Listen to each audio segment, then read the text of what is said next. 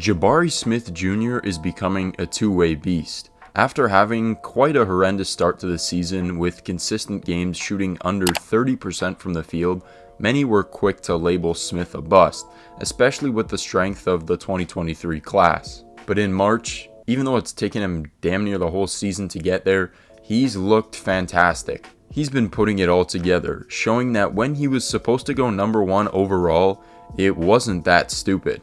Let's talk about Jabari Smith's rookie year as a whole, and how as of recent he's been looking fantastic. Jabari Smith for the majority of the year had quite an awful rookie season, shooting below 40% from the field and 30% from 3. As a number 3 overall pick and a power forward, that doesn't sound too great, and that's because it wasn't. And this wasn't looking good for most of the year, especially because the rest of the rookie class came out blazing hot. Guys like Paolo Banchero, Benedict Mathurin, and Keegan Murray started incredibly well. But as some of those other rookies have cooled down, Jabari has been a rookie who's steadily improving, and in March, he's really starting to put it all together. So far in March, Jabari is averaging 17 points, 7.5 rebounds, shooting 52% from the field and 46% from 3. And the biggest improvement with Jabari is he's finally knocking down that 3-point shot consistently.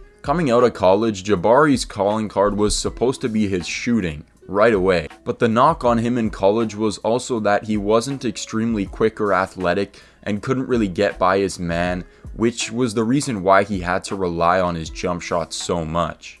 He generally struggled to create space away from his man, whether horizontally or even vertically. So his jump shot was really the thing that he'd live and die by. And scouts were right about his inability to get separation away from his defenders. That's been lacking for a majority of the season. But one thing they didn't expect was that his jump shot was going to completely disappear. It has been gone for most of the season. And that was supposed to be what Jabari was going to be fantastic at.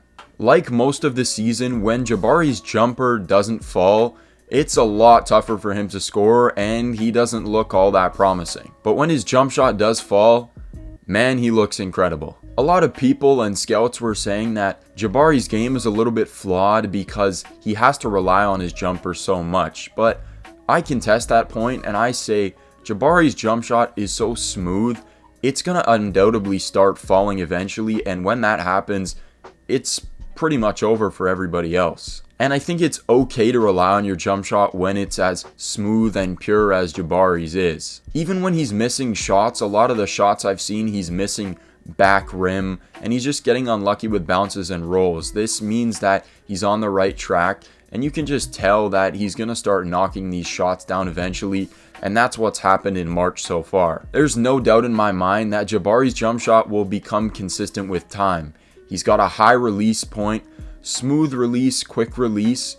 It's really hard to contest and it's hard to guard. But although for a majority of the season he's been unable to get past his defenders, he's still found other ways to score and impact the game. He's become a pretty solid offensive rebounder, and in March he looks just overall more aggressive trying to get his shot, and he's been able to drive through some guys and finish. So there's definitely some promise there that I thought was never going to come. Although we hadn't seen much from Jabari in college when it came to driving to the rim, he's got a good frame, long arms, and he's getting bigger as well. There's no reason why he shouldn't develop into a competent slasher at the least. But some of these struggles that Jabari's had for some of the season, you can't blame him. Offensively, they haven't been putting him into many positions to succeed, the Rockets, especially when you consider their offense, which is pretty much Jalen Green, your turn, KPJ, your turn, Jalen Green, maybe throw in a little Josh Christopher ISO. Boy, that guy does not pass the ball. And there's really nothing for Jabari to do other than just hit spot up shots. But recently he's just decided, okay, my teammates are not going to get me the ball, so I'm just going to have to do it and take it myself and score.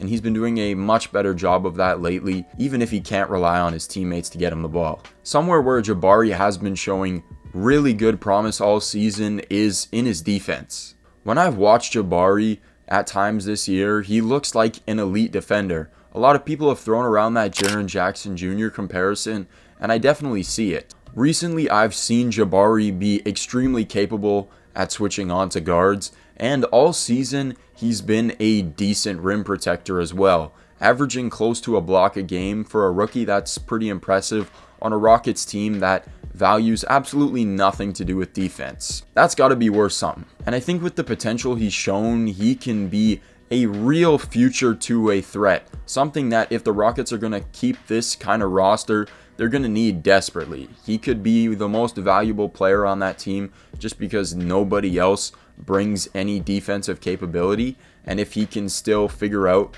his offensive game, where he needs to be, what he needs to develop, he could be their most valued player. Not their best one, but the one that brings the most on both sides of the court. Although most of the year Jabari's been struggling, he hasn't been put in the greatest positions to succeed. But in March, he's shown how good he really can be. And I think in 3 to 4 years, we could be looking at a really impactful two-way player, and somebody, when we look back, was definitely deserved of being drafted 3rd overall. Unlike what's happening right now. Trust me, he'll figure it out. Thank you for watching. I hope you enjoyed. If you're looking for some more consistent NBA content talking about all sorts of teams, players, situations in the NBA, then this is the place for you. I try to put out at least one new piece of NBA content a week, so if that interests you, consider hitting a like and a sub. And as always, stay rested. See you in the next one.